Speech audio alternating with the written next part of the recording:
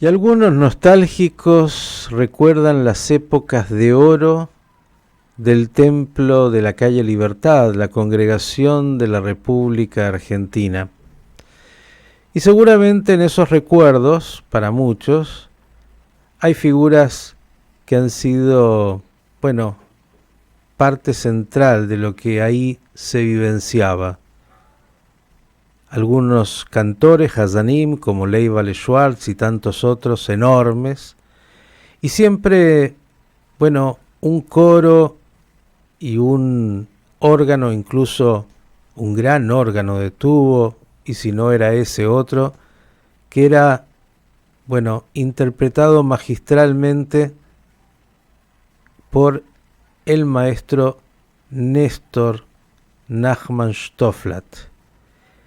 El maestro Stofflat hace unos años emigró a Israel, y sin duda para muchos va a ser tan lindo saber de cómo es hoy su vida. Querido Néstor, ¿cómo estás? Un placer saludarte. Para mí también, por supuesto. Es un placer estar conversando contigo, Miguel. Néstor, ¿cuántos años estuviste en el Templo Libertad? Digamos 40. Digamos, Digamos, faltaban 2 meses o 3 meses para completar los 40 años. Yo llegué en el año 1963. Me acuerdo todavía que estábamos en el último Seder de Abodá y que ahí el órgano que tenía y el amplificador fueron directamente al container. Y, fue en el año 1963 y estuve hasta aproximadamente casi abril de 2003. Faltaban unos meses, prácticamente 40 años, toda cu- una vida. 40 años, una vida en el Templo de la calle Libertad. Y Así de es. esos 40 años seguro está lleno de anécdotas y de momentos diversos que viviste. A ver si nos recuerdas y le cuentas a la audiencia, sobre todo a aquellos más jóvenes que por ahí no saben qué es lo que se vivía en el templo, que para aquellos que desconocen también, sobre todo los que viven fuera de la Argentina, es una especie de, voy a decir así, la catedral judía por su enorme estructura edilicia y también porque fue la primera gran sinagoga de esta ciudad de Buenos Aires, ¿no? Sí, esto me enteré de algún tiempo después, que por ahí, por 1862, se hizo un pequeño templo, no me acuerdo, cerca del barrio este, ¿cómo se llama? De Callao. Barrio Norte. Barrio Norte. Barrio Norte. Bien, tienes una Este, apuntadora que está atenta. sí, mi hija está bastante atenta. Eh, bueno, muchas anécdotas. Para los jóvenes quizá les interese. Cuando yo llegué al Templo de Libertad, estaban todavía unos containers que llegaban para el rabino Marshall Mayer, que acababa de estar también en el Templo de Libertad, y ahí se produjo una división, porque Marshall Mayer se fue a otro barrio, porque digamos que no sé si lo voy a explicar correctamente. Era una cuestión filosóficamente, no compartían el, el pensamiento del Templo de Libertad. Los criterios. Con el Eh, rabino Schlesinger Como todavía, ¿no? En esas épocas, estaba el rabino Schlesinger, que no sé por qué lo llamaban gran rabino, pero sí, realmente era un personaje, y ahí también lo conocí de joven al rabino Simón Mogilevsky, con quien compartí años. Bueno, Blejarovich era el Hazán que cuando llegó a la Argentina decían que llegó el Caruso judío. mm, Como dijiste tú antes, era como la catedral. Además que estaba enclavado en un barrio, eh, a una cuadra del Teatro Colón, a media cuadra del Teatro Cervantes, de modo que era un lugar muy emblemático para Buenos Aires. Sí, sin duda, y ubicado en el corazón de la ciudad y con una sinagoga que es tan bella. De hecho, estamos viendo algunas imágenes, Néstor, de la congregación.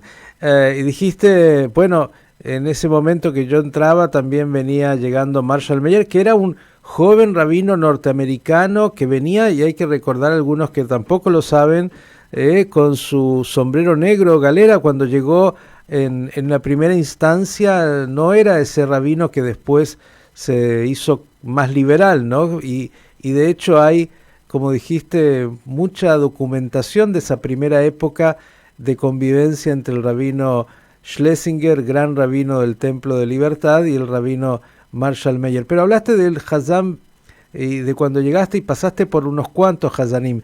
Cuéntale a la audiencia qué era esa Hazanut, esa digamos, plegaria donde el canto era y digamos, tan importante, ¿no? Esa sinagoga del Templo de Libertad se fue más o menos tomó como modelo algunas sinagogas del centro de Europa. Había gente que había llegado de Alemania, de Austria, especialmente de Hungría también, del centro de Europa, donde ya estaba comenzando incipiente el conservadorismo. Nosotros teníamos algunos adversarios, algunas personas que no pensaban lo mismo, que veían con malos ojos que nosotros tengamos un coro mixto, mujeres y hombres juntos, y que tengamos un órgano. Y yo me acuerdo, entre tantas anécdotas que tengo, que había muchos amigos míos, jaredín muy religiosos, y que me decían, Nachman, Akadosh Baruch Hu lo mekabel et atefilot shelcha. אתה מנגן בשבת, ויש לך מקהלה מעורבת, lo Sí, por favor, por favor. Uy. para la audiencia que no sabe. Sos un pecador, que Dios no va a recibir tus plegarias porque estás tocando, y hago algunos muy exagerados que cuando pasaban por el Templo de Libertad cruzaban. Oh.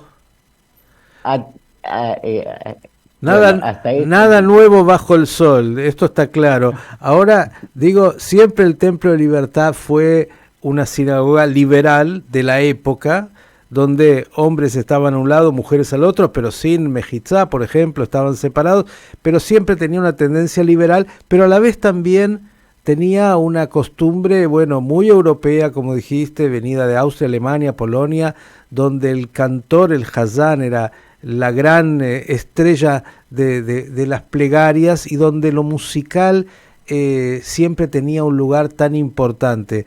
De los Hazanim y de esos 40 años, ¿quieres tratar de recordarle a la gente qué es lo que se vivía ahí?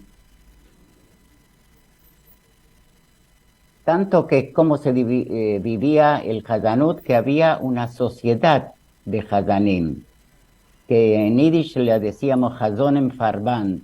Casi todos hablábamos Yiddish, porque las plegarias que nosotros hacíamos eran tonadas que salían de la Europa oriental. Lewandowski,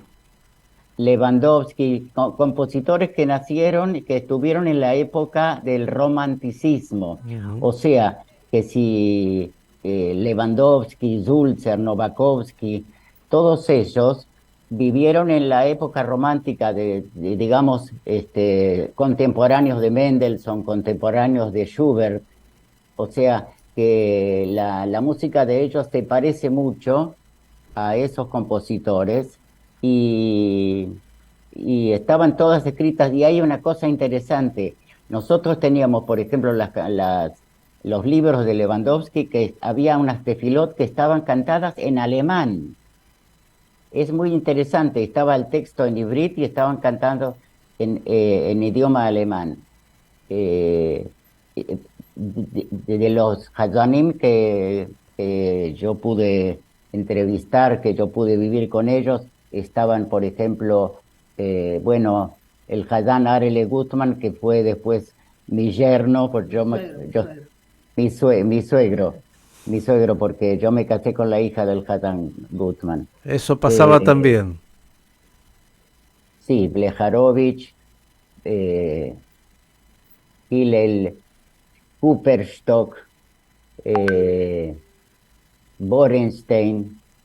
Me acuerdo que Borenstein tenía el hijo, no me acuerdo cómo, el que escribió Requiem para un viernes a la noche.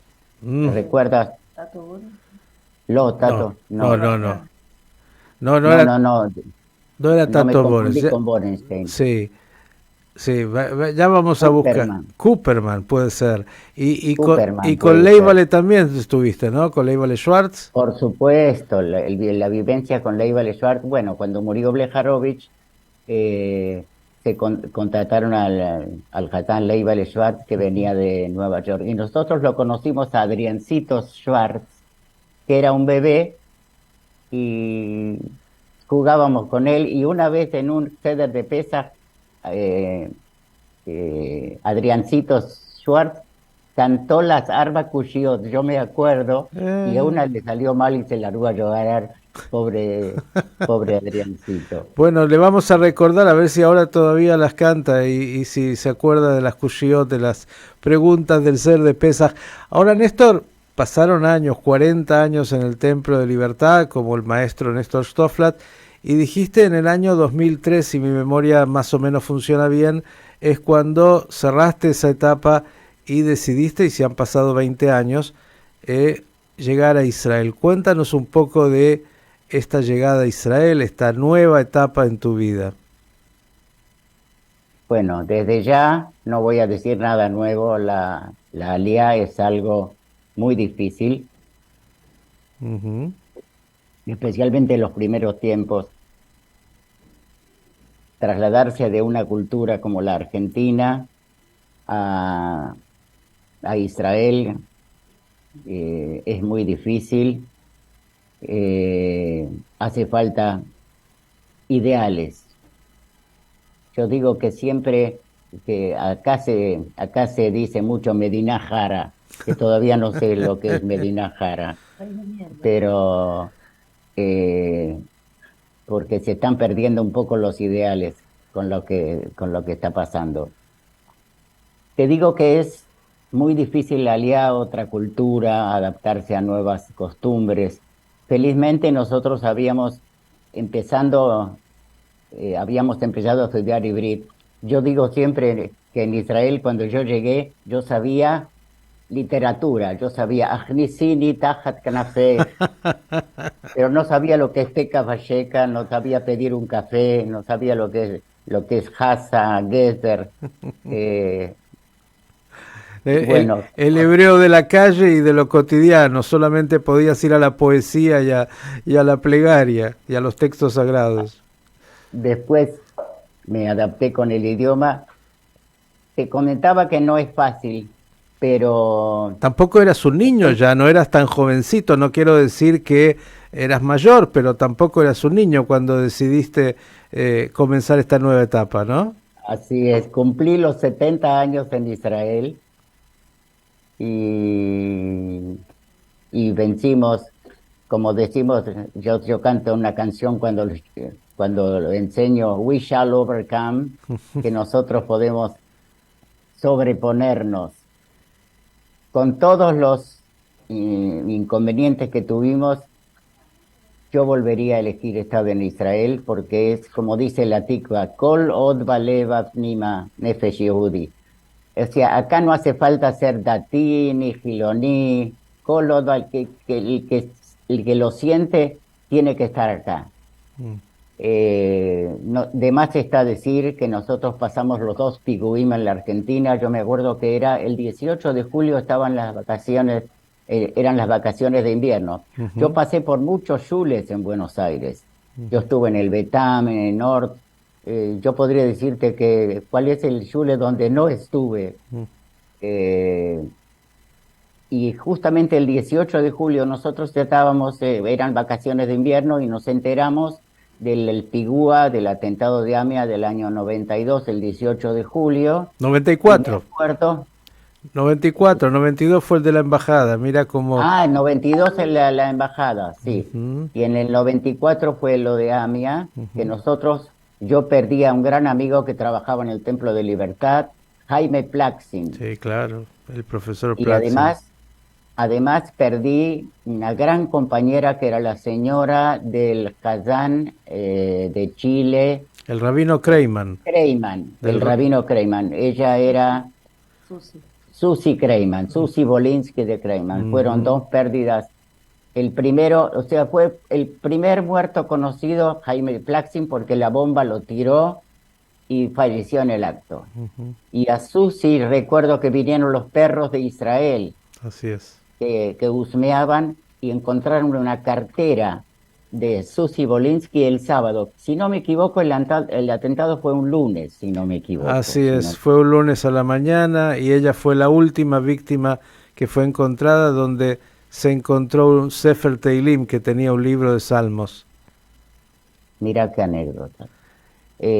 Ahí trabajaba también un gran amigo mío, Salomón Lotterstein, Sí, Salo querido Lotterstein, que después Salito. falleció. Ujú. Yo compartí con él también, bueno, tengo vivencias, no puedo contar, No, gracias a Dios hay muchas. Néstor, contar no, en una entrevista todas las vivencias que tuve de Buenos Aires.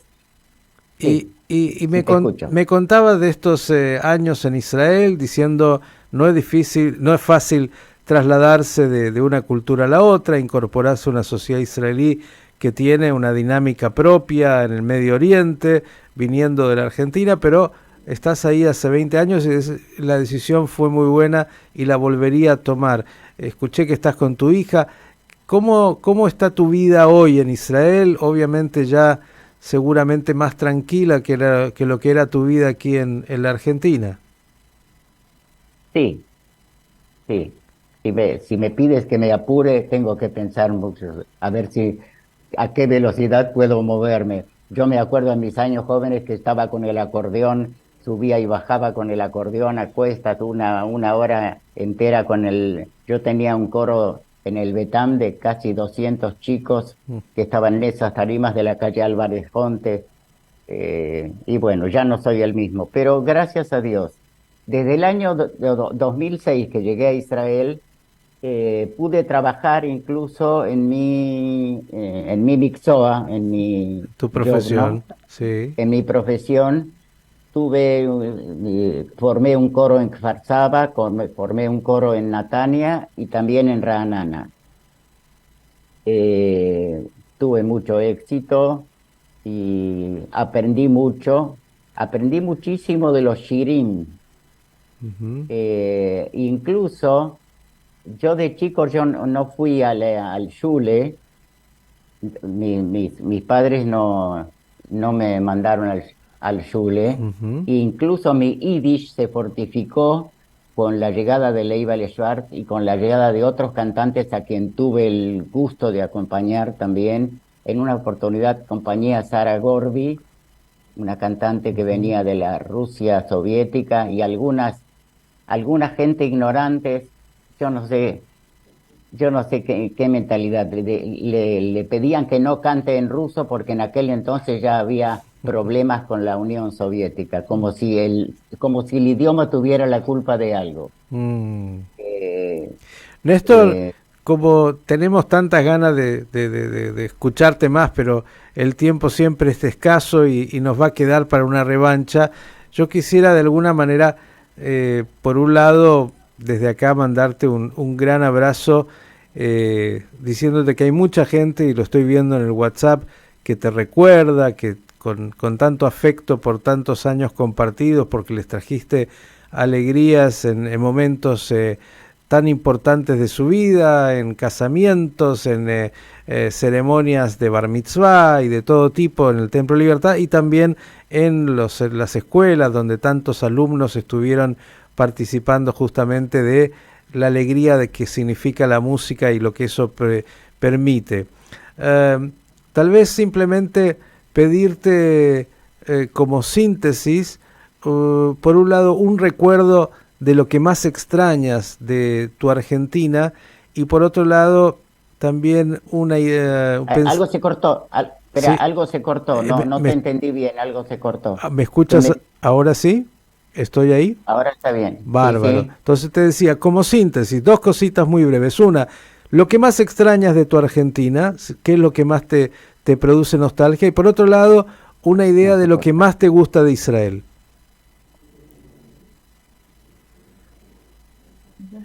¿Me escuchaste? La primera pregunta no la entendí bien porque no, ¿Qué es no. lo que más extrañas de la Argentina? No sé si me está escuchando, me parece que es el Sí, único. sí, ahora sí te ¿Ahora estoy sí? escuchando. ¿Qué es lo que más extrañas? Bueno, te cuento, lo que más extraño de Buenos Aires, de la Argentina, es Buenos Aires, es la posibilidad del acceso a la cultura en Buenos Aires, los teatros y toda la actividad Ujú, eh, cultural que no tenemos en Ranana.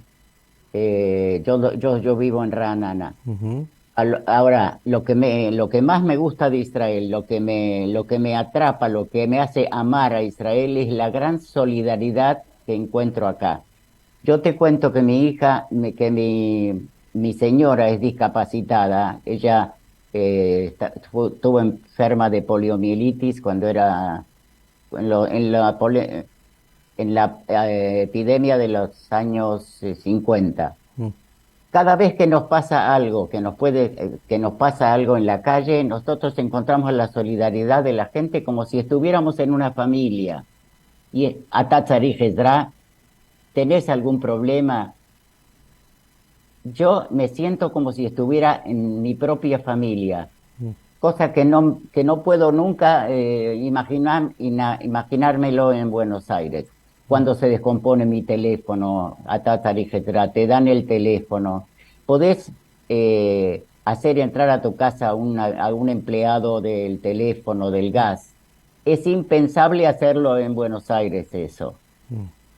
Sí, eso me hace amigarme de todos los inconvenientes que yo puedo Qué, tener en Israel, qué de todos lindo, los... qué lindo lo que has dicho. Para cerrar, ¿cuántos jóvenes años ya cumpliste?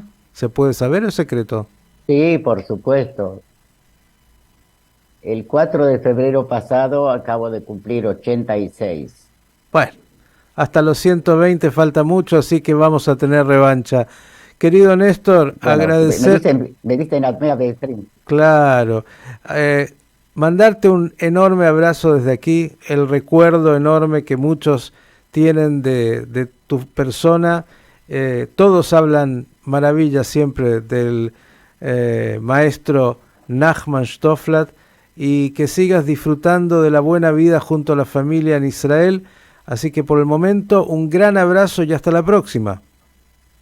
Hasta la próxima y un gran abrazo para tus colegas, para Dani Salzman y bueno, yo tengo una sobrina que está contigo, que es Judith Elkes, que yo la veo y la escuchamos con Abraham Lichtenboim los domingos.